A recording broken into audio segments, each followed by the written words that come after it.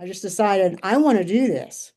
Mm, I want to put something online. I'd had success doing something that was written, but I knew, you can't change stuff that's, in a book. It goes out of date. So sure, I sure. just So knew the I first wanted to put iteration something was out there. printed. And were you That passing was those out to like prisons? Is that how that was working that, or? that was what I did for another nonprofit, is a Okay, written reentry guide, a written statewide reentry guide. They continue to do that, but I wanted to do something that was online that could be updated and used on phones and just great. much Yeah, of more course. interactive. Of course.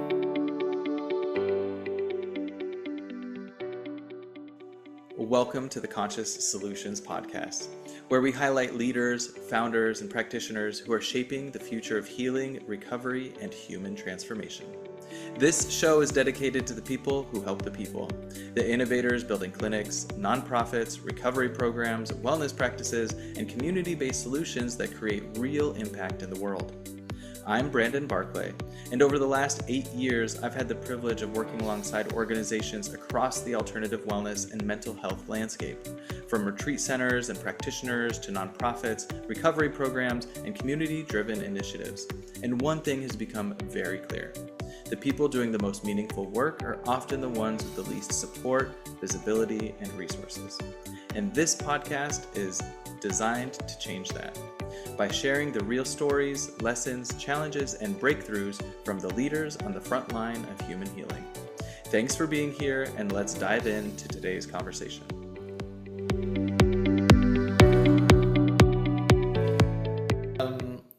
Well, first to say thank you so much for taking some You're, time. you're welcome. I'm a complete stranger on the internet, I although, know. I'm like, I never do this. I am so careful. and we should be, Yeah. though you happen to know the town that I was born in and raised in, and there are Mhm. very few people on the planet that do that. Not So, many people are going to name drop Craig. no. Nope, nope, they're not. So I feel like to some degree we're already getting to know each other here. But I appreciate, taking the time and where everybody's busy, Hmm. and that part I really value and appreciate. So, um, so I just want to say thank you for your willingness to even to jump on with me here. You're Um, welcome. I've been doing a podcast myself. oh, really? Yes, How's it going? I love it. I love it. I love interviewing people. I've always asked a lot of questions whenever I've met people. Uh-huh. Although I consider myself an introvert, I've always liked to ask questions and been curious. And so it's called Hotlines, and I do it with Colorado Radio for Justice. I'm a co-host. We've done about 27, 28 now. Okay. So I know where you're going, you know? Yeah, So cool. yeah, and I'm interviewing everybody I know, though. So this is about resources in the community.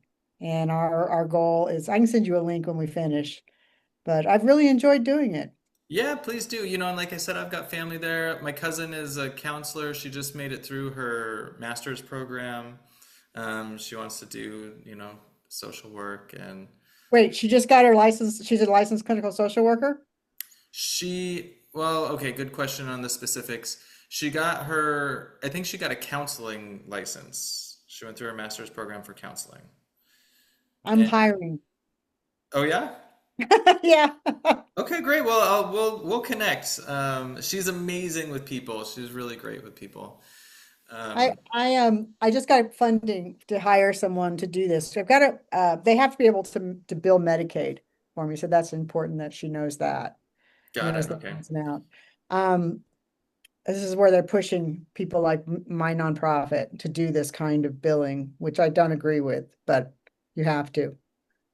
Well, I'll make sure to make the connection afterwards, Yeah. and maybe if it's not her, maybe she knows somebody. It Uh, closes the end of this week. So yeah, I'd love to. I've got to just I'd love to see if who else comes in over the oh, okay, great. Yeah, we'll definitely circle back around that. Um, see, you never know what is going to come up in a conversation. You you never never know who do. you're going to talk to. Mhm. So, Carol, it's an honor to have you here. Thank you so Thank you. much. And, I was looking into the work that you're doing with Remerge and the way that you're changing the narrative around reentry and second chances. And it's really inspiring to see this type of work that's happening. So thank you for taking the time today. Thank you. It's good Before to we be dive here. in, where are you based? Where are you at? Where are you calling from? I am calling from Denver, Colorado. I have an office in the area called Capitol Hill, Uh-huh. which is right near the capital of Denver.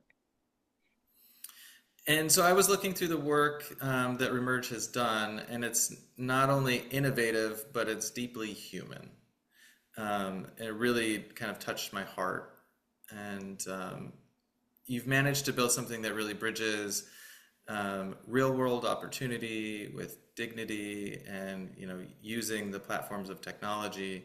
And so what inspired you to start Remerge? Well, thanks. About, God, over 2 decades ago, I'm a teacher. I'm a former English teacher. I went into a prison in Southern Colorado to teach GED classes.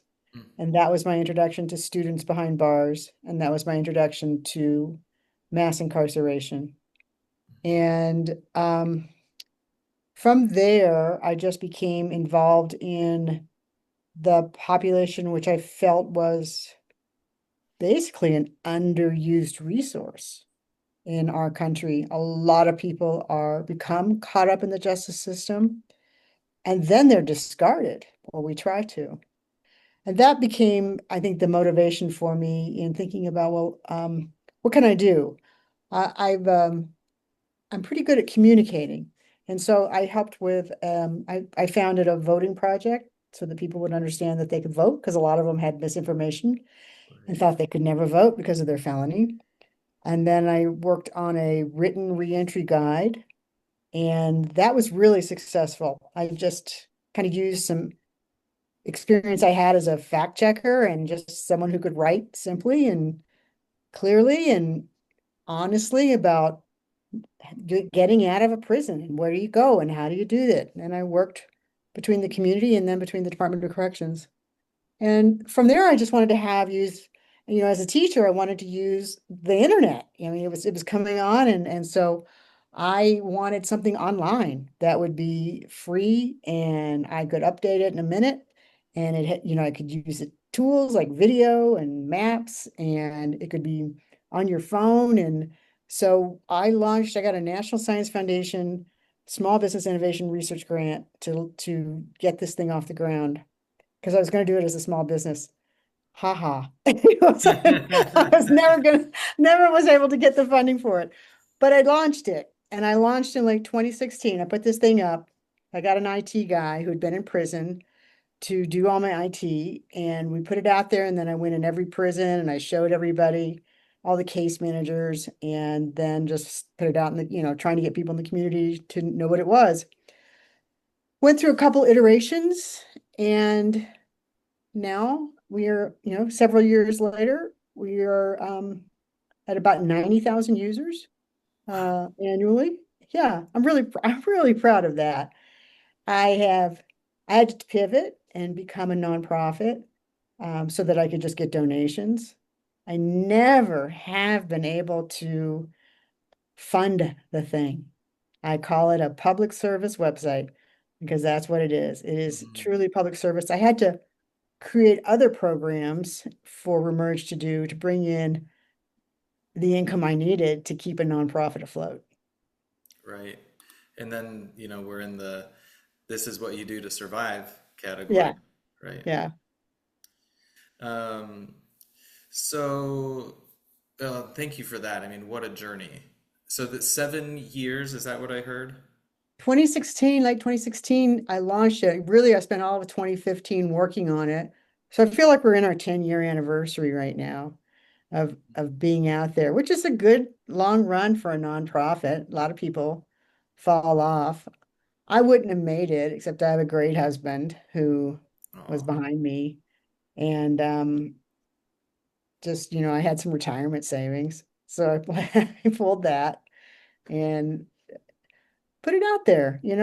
We've started some other programs We've got some really cool contracts. We did a contract with the Department of Public Health and Environment on do focus groups on how people experienced the pandemic and learned about vaccines. Great information for if and when the next one happens. And then we started, this is a program where I think we're really going to go in the future. We started targeting helping people with housing for people with a sex offense conviction. Mm-hmm. And we leaned in on this a couple reasons. I hired some individuals who had been incarcerated for a sex offense, learned a lot about that whole spectrum of offenses, and then what we're doing as a society. And it is a huge problem that a lot of people don't talk about, and a lot of nonprofits and policymakers veer away from just because of the stigma. But um, because of running Remerge, we have a call line too for that website. And we started getting, I just noticed we were getting calls from people all the time, like, I'm homeless. I can't, I need help with this, blah, blah. And so I created a section on remerge.com specifically for that offense. It's the only offense specific section on the website. But recently I've become aware that 25% of the people in our prisons in Colorado have a sex offense conviction, Mm. which is kind of like just kind of mind blowing, especially considering that a lot of people don't want to help.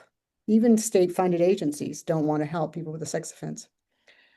But this is what drives homelessness in our cities. Right. It's very inhumane. So we created a housing program specifically for people who had been incarcerated for a long time. They had in Colorado, we have indeterminate sentencing. So if you don't have a parole plan and you're released by the parole board and you have that indeterminate sentence, they'll just hold you in prison. So it's really inhumane. You've done your treatment, you've done your time. Now you're sitting in prison because you don't have a house to go to. So we created Pathway.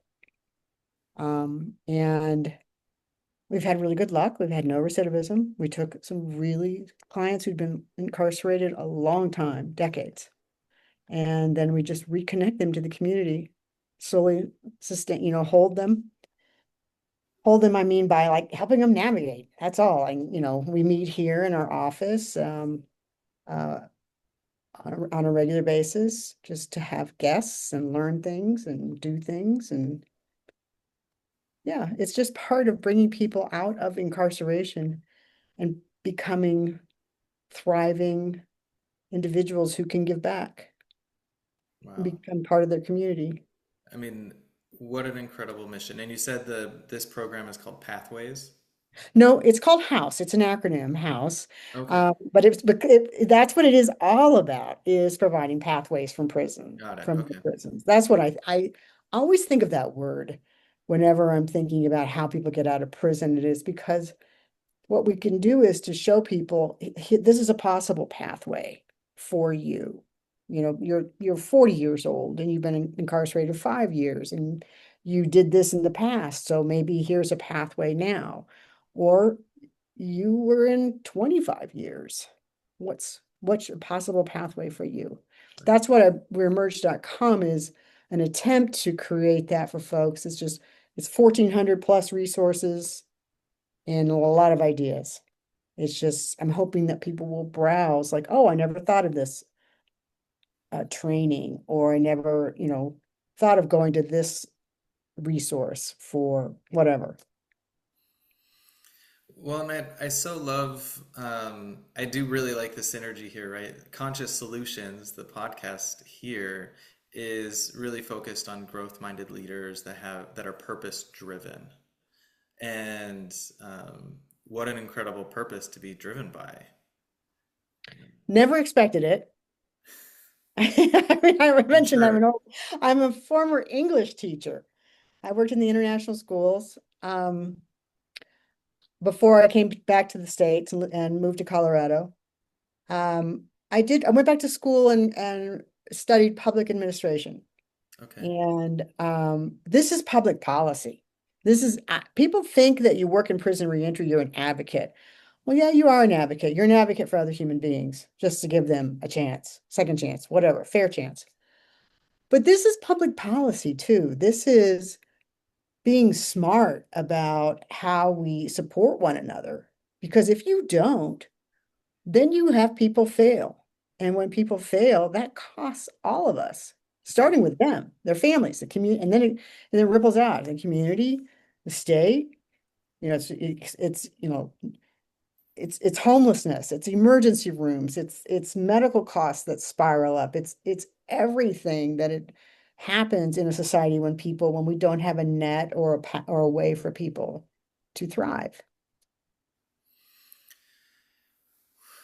So you mentioned kind of the beginning there, where you Uh-huh. were before, right? So when you think back to the early days, or maybe, maybe you were still teaching, but what was the turning point, or what was the pivotal moment where Remerge became what it is? Hmm. I don't know that I had a pivotal moment. I just had a journey. I I, I never had when I look back on life, like I was one of those people, like, what am I going to do when I grow up? And I never knew it. I never, I was like, I had all this anxiety. It's one of the things I keep telling people, don't be so anxious because you're on a path, your path, you just follow what you want to do. So my first degree was in archaeology, and that then turned into being a teacher. And then that went into public administration. And now I can look back and go, oh, there's kind of I'm talking about human beings and, the anthropology and then education and public administration. It all weaves together looking backwards, but I still didn't. So the same thing is right now, when I look at Remerge, I can't think of a pivotal moment. I just decided I want to do this. Mm, I want to put something online. I'd had success doing something that was written, but I knew, you can't change stuff that's, in a book. It goes out of date. So sure, I sure. just So knew the I first wanted to put iteration something was out there. printed. And were you That passing was those out to like prisons? Is that how that was working, or? that was what I did for another nonprofit, is a Okay, written reentry guide, a written statewide reentry guide. They continue to do that, but I wanted to do something that was online that could be updated and used on phones and just great. much Yeah, of more course, interactive. of course. Yeah, and necessary, really. I would imagine. I could see where maybe the handout or the printed resources might be good for people that are still in. Absolutely. Right, It was written and designed to go for someone in a cell. right. It's when you're confined. And that's great, but that's not how we work online. So I wanted something that you could do online. So what helped you stand out? Like, you're in a space that's historically underserved and misunderstood, and now 7 years later, you've got a resource with 1,400 or more, you know, connections to it. So what do you think helped you stand out in this space that's so challenging? Well, for one thing, nobody else was doing it. And nobody, hardly anybody does a resource website for a state. I was just talking to some ladies in Kansas Hmm, earlier today and encouraging them to do it themselves if they wanted to. But what really makes us stand out is just being there. I've been, at first, I just had to start showing up and showing up at meetings where I wasn't always welcome. mm-hmm. Just like, hi, I want to write this guide, or hi, I want to do this online thing. And a lot of people don't see why, don't understand why. But I always felt like I understood the why. And so what made us stand out is just persistence and grit and just keeping it out there and calling folks and letting, updating it and just reminding people it's out there. And we have these little cards we give out and put in halfway houses and with other community partners. And then a lot of people just stumble upon it. And then I'll find out later, like, oh my God, I love this website. Like I'm a case manager. I use this. So it Hmm. is, it's just, putting it out there and then standing behind it and then showing up, just being there, answering the phone. That's one of my pet peeves with a lot of things that are out there right now is you can't find the human being behind Right. the entity. And I think that is one of the things as well. Like we we always answer our phones. We don't let them roll, or we try not to let them roll to voicemail. We try to get our phones and always have that human another human being can talk to. Hmm. Yeah, and in a day where there's less connection, it's really so important. Right. And you were talking about AI earlier, and everybody wants to use um, technology to solve things. And yeah, the internet's great and a website's great. We put a chatbot on about a year or so ago, and we use AI to run it. Well, I don't. My IT guy did it. Uh-huh. It's great, but I Is it don't love working out? it. It's okay. It's pretty good. It's nothing like I think really um it'll get you started. So you mentioned like caseworkers are somebody that stumbles upon your website and really are probably saying like, wow, there's a gold mine of information here. How do people normally find Remerge? Word of mouth. Hmm. Um, I put in posters in the prisons and little cards, informational cards in the prisons. And I'm, do you have Mile High United Way 211 in Florida where you are? We do, yeah, yeah, Yeah, similar so I'm service. on 211 as a resource. So they'll refer people to me. I laughingly think of it like I get the mothers. I like if 211 gets a mother of an incarcerated individual who's getting out of prison, by golly, they send that mother to me. Uh-huh. And I end up talking to a lot of family members. Um, so it just varies. And and so you've got family members that would be interested in, the resources that you have available, caseworkers interested in those resources. Obviously, any individual that's maybe Once they get out right. out of incarceration themselves. I love it for if people could use it while they're inside, but they can't. They won't put it on a tablet. Um, it's got like a lot of other websites on it. It's not usually you've got to have something like a PDF to put it on a tablet or something that's blocked. So it doesn't work that way. But yeah, it's Is usually that that. a potential? Would that be a potential to build something out that could be put on, a resource that they have access to? I'd love to figure out a way to make it work, but it's up to the Department of Corrections to Hmm. make that invitation. I've knocked on the door. Literally. Yeah, pretty much. Yeah, yeah. And then you said that you do posters in the prisons and you put cards for, I guess maybe for the Mhm. family or for people who are coming Just out. little remerge.com cards reminding people of what's available on the website. So does that mean you have to go physically to each prison and put these things up? I did at one point. I did. I quit. Because I was trying to get the Department of Corrections to give me some support. Right? And I remember one year I put something like 7,000 miles on my car.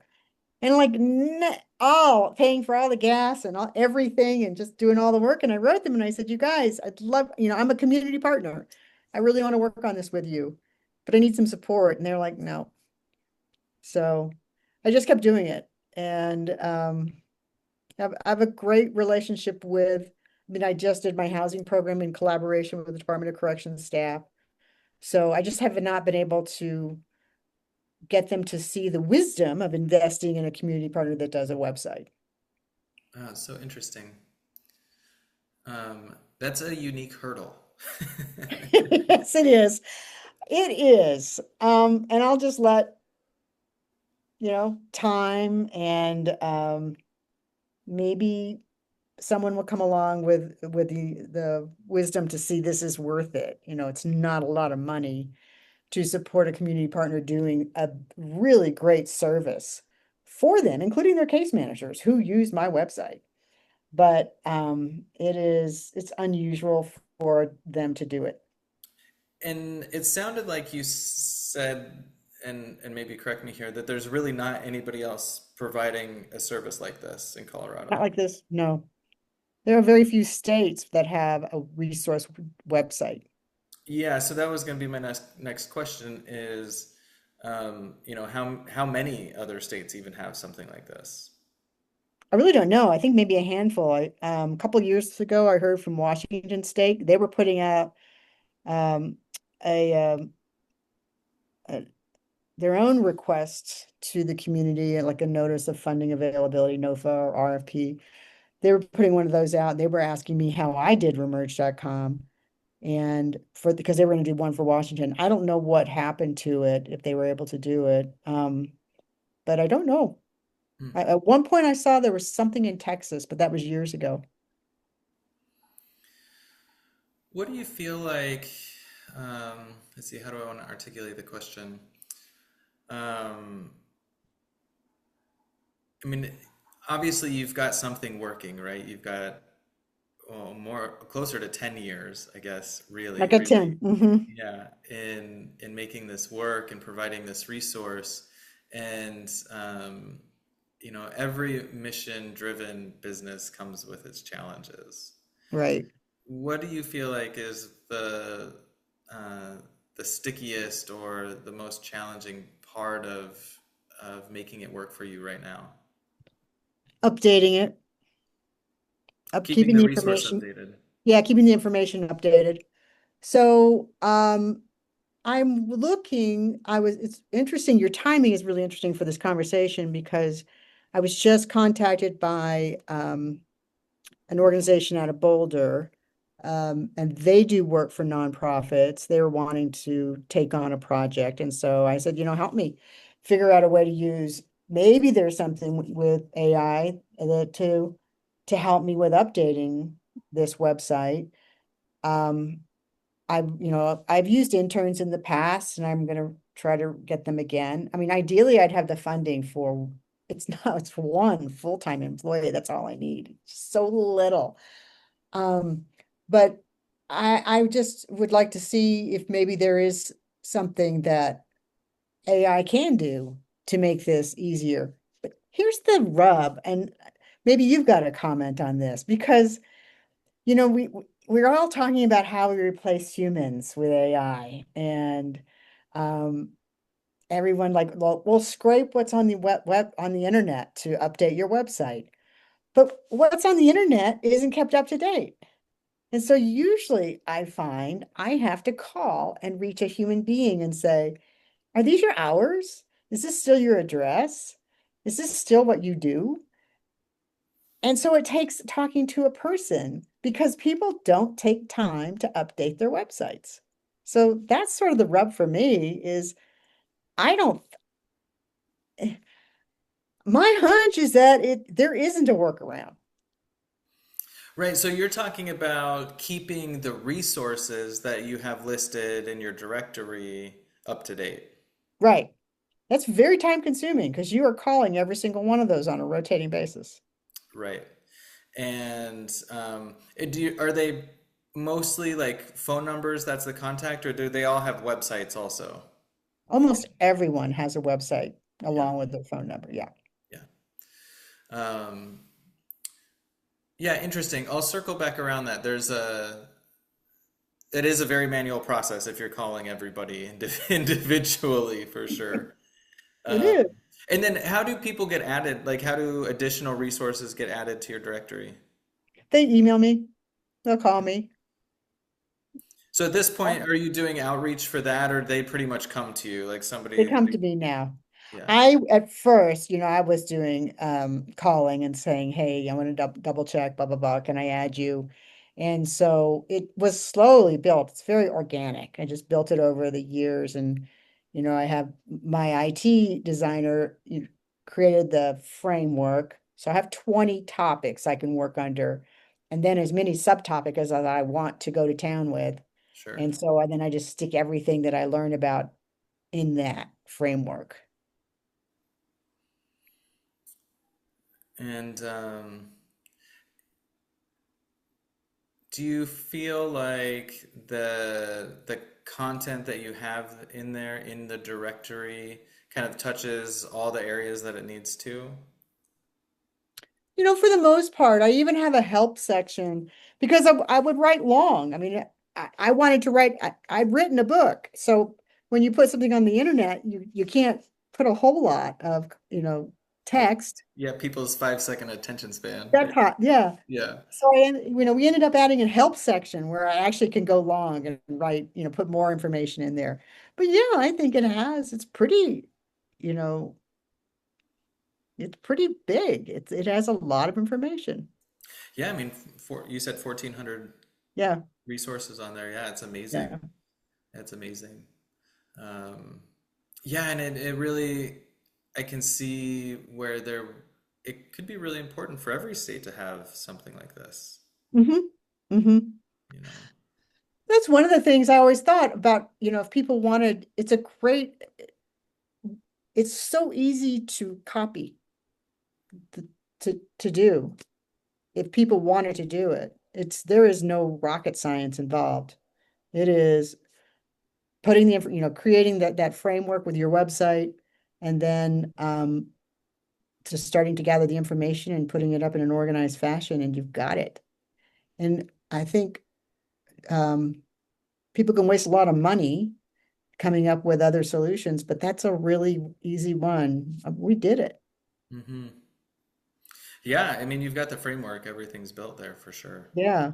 If anyone wants to talk to my IT guy, I'd love to give him some business. There you go. Well, maybe growth and going beyond the borders of Colorado's in your future. Well, it could be. It could be a way to, you know, yeah, consult and show people how to do it. In my heart, I just want to say, oh my God, it's so easy. Just do it. I already Right. have it up there. There's, you know, just copy it. The only thing is, it takes time. Yeah. This is going to be a lot of time, and I'll tell you, it will become your heartache as Hmm. well. Because when you put a call line up, then you're going to hear from people. Hmm. You're going to hear from homeless people, people who are coming out of prison, and it's on a Friday afternoon, and there is nowhere for them to go, and they're looking for a voucher or something, and nobody's open. It is so darn hard sometimes. It's hard. Yeah, I feel what you're saying there. Um, if you had a magic wand and you could fix one of these like reoccurring challenges in Remerge, and what would you use that magic wand to do? What would you Can I change? tweak your question? Sure, Okay, because my easy answer is, of course, funding. Yeah, because I that's all I want. Funding is for this for this of website, for course. this nonprofit. But that's so easy.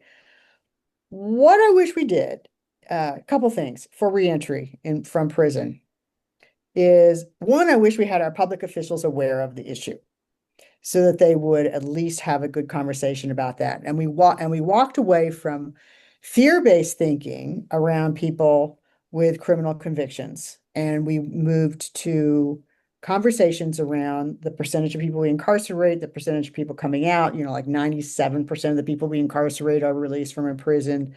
It's it's it's a so what can we do about that as us as state policy makers? Like, how do we educate employers and landlords on why they should be fair chance employers, or we don't talk about with landlords very much, but fair chance landlords, Mhm. um, and supporting them. Um, that's that's one thing. And I'm so sorry, my phone is ringing. I'm gonna ignore it too. Do you want me to pause this? Can you pause while you edit this or Yeah, what? yeah, yeah. We can edit anything out that you don't want. No Hang on, worries. let me just think. It is Friday after. No, it's not. It's mine. Hey, this is Carol with Remerge. Can I help you?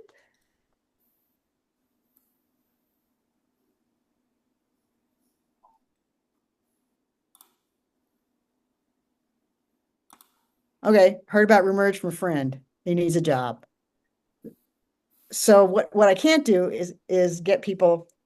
I don't know how you're going to edit this, but get people to use remerge.com to get people to use the resources on there. So that's what I'll have to do is tell this guy, go on to remerge.com, the employment section. Hmm. So go back to the question on what the magic wand question. And that is for policymakers to better understand the situation of reentry. And then I think it's a two-way street too, because I think we throw dollars, and when we do get some community dollars for reentry, we don't have enough of a conversation about the return on the investment. Mm. So we don't track data, and that's where I think we're missing that. Like what works best? What's evidence-based to really help people? Right. Right. Yeah. Yeah. If people knew that, that spend actually had a return or a program was causing positive change or impact, then, yeah. I mean, and it's true, the numbers speak, and that's what people want to see. They want to know, like, okay, how many people have, gone through this program successfully, Right. And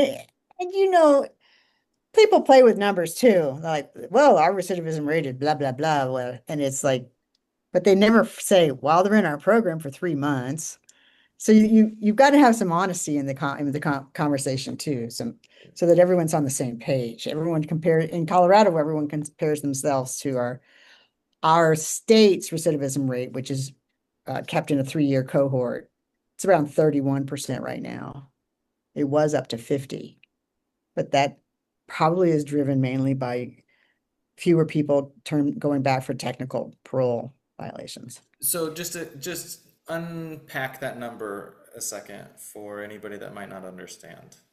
Yeah, so returning to prison is called recidivism, and you can go back for either a new crime or a technical violation of your parole supervision. Um, Used to be 50%. A couple of years ago, about half of the people released from incarceration returned to incarceration in a prison within 3 years. So 50%. Now that number is a little over 30%, 31, 32%. And part of that is driven by, a lot of that probably is driven by um, fewer people going back on a technical violation of their parole supervision. Um, but it could be also that we're getting better at helping people stay out longer. Yeah, We that was what I we was going to put some ask. Does more, that mean there's better success? could be, could be. We are putting more money into reentry into the community. It certainly has changed a lot since I had started about 20 years ago in doing this work. There's still a lot of work to be done, and you think about a third going back within 3 years. That's still a pretty high failure rate. Hmm. Yeah, one of my taglines is community is the medicine. Hmm. And I know for myself, having people that I can go and connect with and can help kind of buoy me, on those hard days is essential. And I can imagine for people who are coming out of, whether it's long term or not, coming out of the system, I can imagine it being really hard to really find good community, healthy community, Right. you know. And that is, part of remerge.com as well. I mean, we have a really robust section on uh, reentry organizations to reach out to. We have a community connections place where I will put like if I hear of a church, that is welcoming to people. I'll put them up there. Heck, I even put my yoga teacher up because he has free online classes Yeah, and exactly. meditation. Yeah. Exactly. Um, so it is. I mean, you've got to think about where you're going to build your new community when you're coming out. Here's something really cool that we've had some people reach out to us, and I'm going to give them a plug. The Denver Philharmonic Orchestra Mhm. reached out for offering free tickets for my clients to go listen to music. And several of them took advantage of that opportunity. That's awesome. Yeah, it was. It was That really is awesome. awesome. I mean, mu they know that there's lots of science behind what music and sound and vibration does to the body and to the mind, and um, that's great. Yeah. What an unlikely, like that would never have been something I would have guessed. I was really blown away by that director.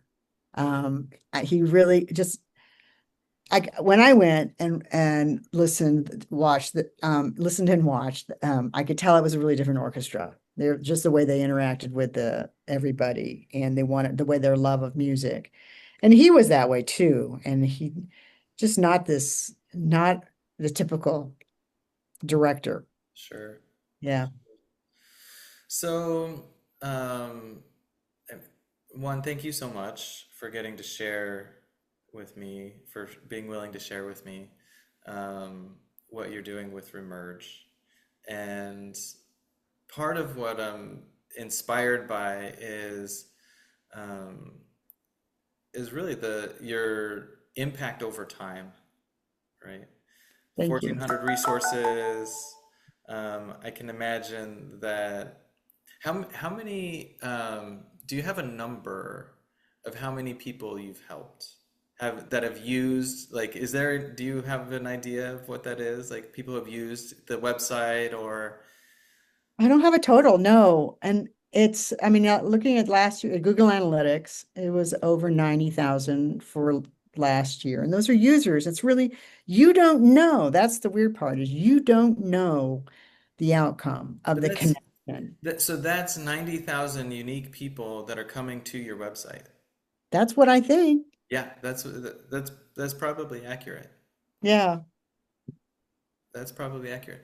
I mean, that is an incredible service that's being provided, right? Whether Thank they find something or not, just to know that wow, there is a service out there to help with this process. I hope, that's the word. What I hope is that it gives people hope. Hmm. Just by seeing sometimes that the variety. Um, I mean, one of the things I have done, I can watch in real time when people are using the website and where they are. And a couple times I've like on a Christmas day, I have gone on and watched to see if people are using it. And that to me is amazing. When you have a holiday like that and someone in the state is looking at rumors.com. Right. That to me is speaks volumes that this is a website that is providing a service for someone out there. Absolutely. Yeah, and that there's a need, and that there's Yeah. a need. Yeah. Yeah. Well, I appreciate you being willing to jump on with me and to get to share. I can really feel your heart behind the work that you're doing. Well, thank you. And I know that there are at least 90,000 people out there that have probably a little bit of gratitude for you, whether they clicked through and found a service or just to know that there's something out there that's supporting their process. Thank Um, you. Thanks for the curiosity about what we do. I really appreciate it. Oh, let me remind everybody, even though I'm a former English teacher, remerge is misspelled. Leave the E off the end. it is misspelled. I got myself fooled a couple times with You know it. why? Please tell me. Because the correct spelling on the domain was taken. So I had to I had to buy it without the E. We got creative. We got I creative. got creative. And I've always, as an English teacher, I've always hated misspelled signs. And then I went ahead and did it with my own nonprofit. Oh, the irony. Oh, the irony. And I really heard, getting in front of policymakers is one way that we could really support you. Um, does You that know, look like phone calls? Does that look like letters? Does that look like emails? How do people? it's just not listening to people who run on or who it's so easy to be fear-based in your thinking in your politics these days. Sure. And it is, and so not letting people get away with, oh, I'm tough on crime for this, and this. If they're running, I don't know if your district attorneys run for office or if they're appointed, but if you have a district attorney and they're running on tough on crime, what does that mean? Exactly. I mean, it's having people talk about us as our society and our laws as to, like, what are the outcomes of these? Hmm.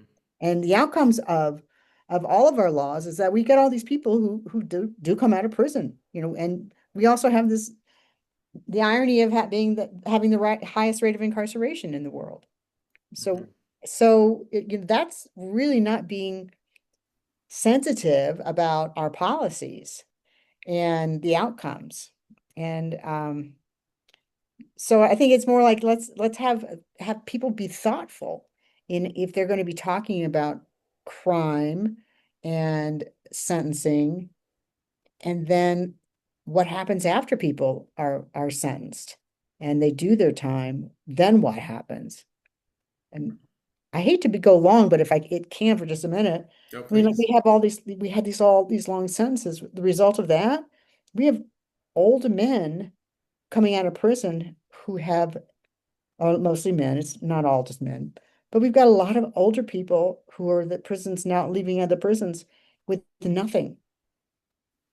In like what age group are you 70, thinking? they're in Yeah. their 70s and they don't have anything. They never worked enough. They to have Right, so there's no quarters. Social Security or anything like that. Nope. They may get a little pension, old age pension. They may qualify for disability. There's a myth. A lot of them think they're going to get on disability and have enough.